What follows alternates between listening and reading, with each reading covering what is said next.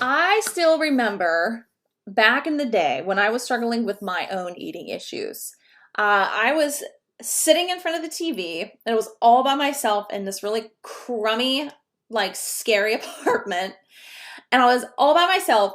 And after a week of disciplined eating, I mean, perfection of eating, I ordered this big ass gourmet specialty pizza by Bocelli's, like a large, huge, okay? And I devoured that in like 10 minutes, all by myself. Crushed it. And I vividly remember thinking I still wanted more, even though I felt so sick and so stuffed. And that was a pretty typical cheat day for me. I had cheat weekends.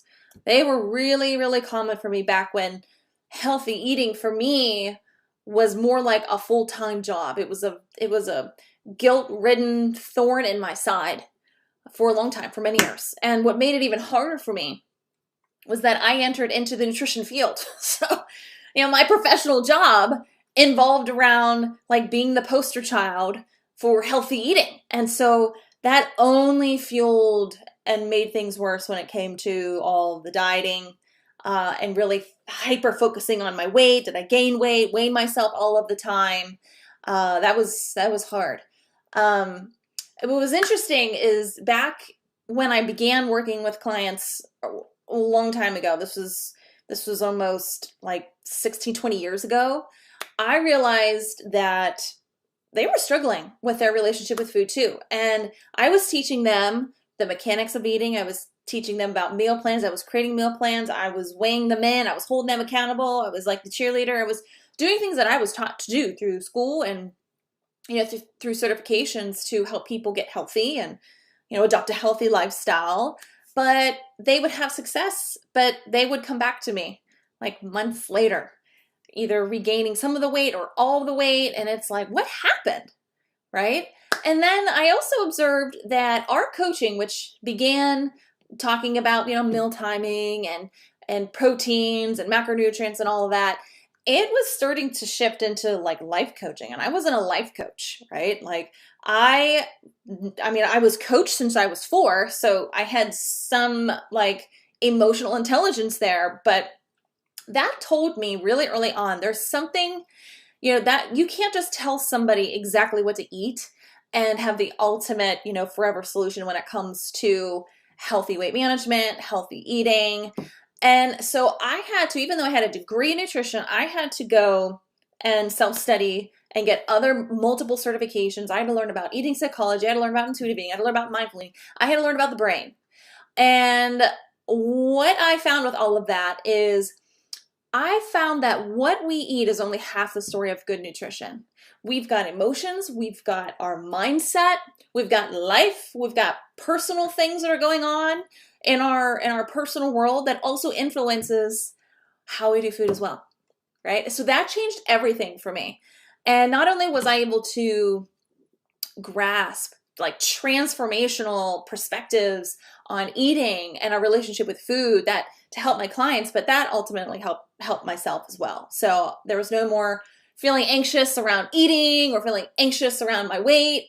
But what was crazy is that through my research, all right, I discovered there's billions of dollars being poured into all kinds of public and private programs to keep us healthy, right? But 96 to 99%, no joke, 96 to 99% of those who diet, they gain the weight back within 1 to 5 years.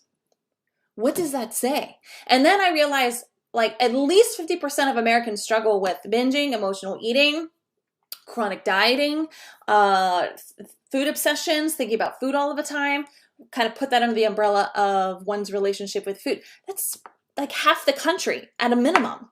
Why is half of the country struggling with their relationship with food silently behind the scenes? Think about what the world throws at you of what you should do. I mean, we could spend all day keto, low carb, Whole30, HCG, right? We've got pills promises and supplement promises. And then there's just, eat less and exercise more. So the reason why anybody diets is because that's what they've been taught. It's what science teaches us. It's what the science of nutrition teaches us. It's even what the medical profession can teach us, right? The food industry teaches us. Dieting, dieting, dieting. And so we're really being sold a nasty bill of goods about how to have the body that you want by doing a bunch of BS. Instead of just being taught, hey, let's lean into the simplicity of food and eating, and let's learn about the basics of your body and being a human. And let's listen to the body. Let's connect with that. Let's understand it for yourself. Why? So you can make your own decisions about food, what feels good, and what works for you.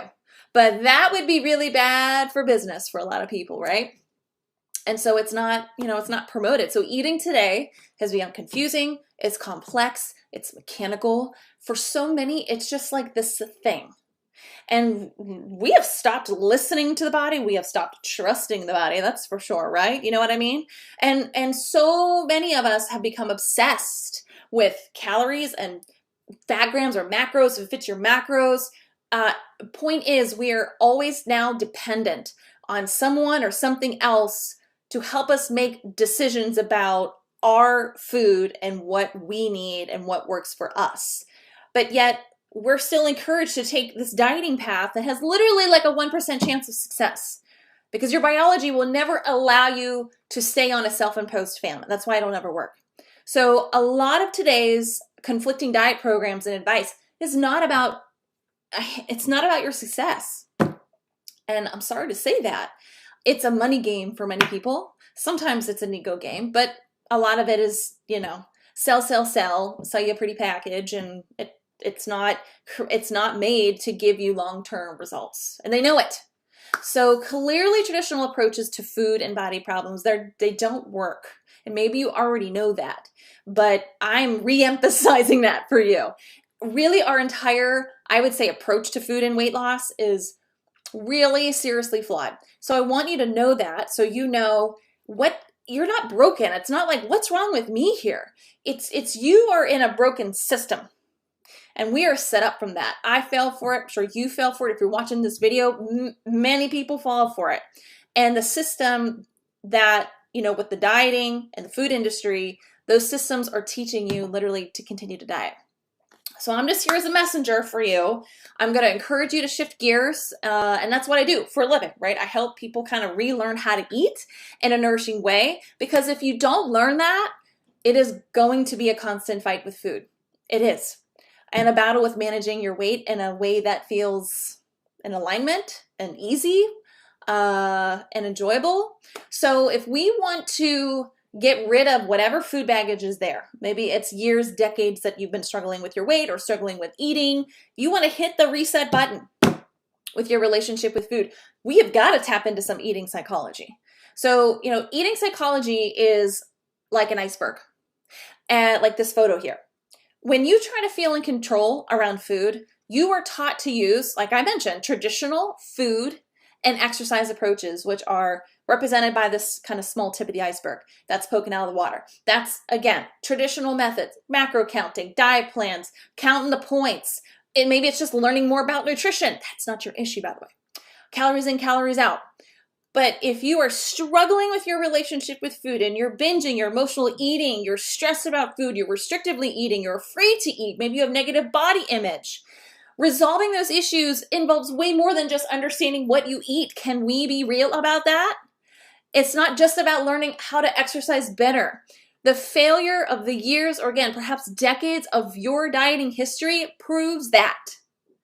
So really the truth is, 80% of the things that impact your relationship with food and your unwanted eating challenges, they are naturally rooted below this surface in the realms of eating psychology and biology. Learning more about the body, why it does what it does. And that's why I focus on dynamic eating psychology, mind-body science, brain training in the work with my clients. Because again, these traditional weight loss programs, they sell you. They do not address the items below the surface purposely. But yet that's where your actual resolution to your issues reside. You're not taught to look there, right? So if you really want solutions to cravings, compulsions, autopilot behaviors, all that fear or guilt and shame around food, the emotional binge eating, weight gain, constant, yo-yo cycling with your weight. Again, your solutions are not located where you have been spending your time, energy, and money, this little tip of the iceberg. So we cannot continue to do that. We've got to take a different approach, an approach that's supposed to get to these root issues. So I want you to stay tuned for my upcoming video series because I'm going to go through 4 shifts that really will end the lifelong binging, emotional eating, and the yo-yo dieting and help you get back in charge of your eating, feel good in your body, and lose this freaking weight for good. Are you with me? And we're going to do all that without dieting, by the way. So stay tuned for my upcoming videos. Thanks for checking this out.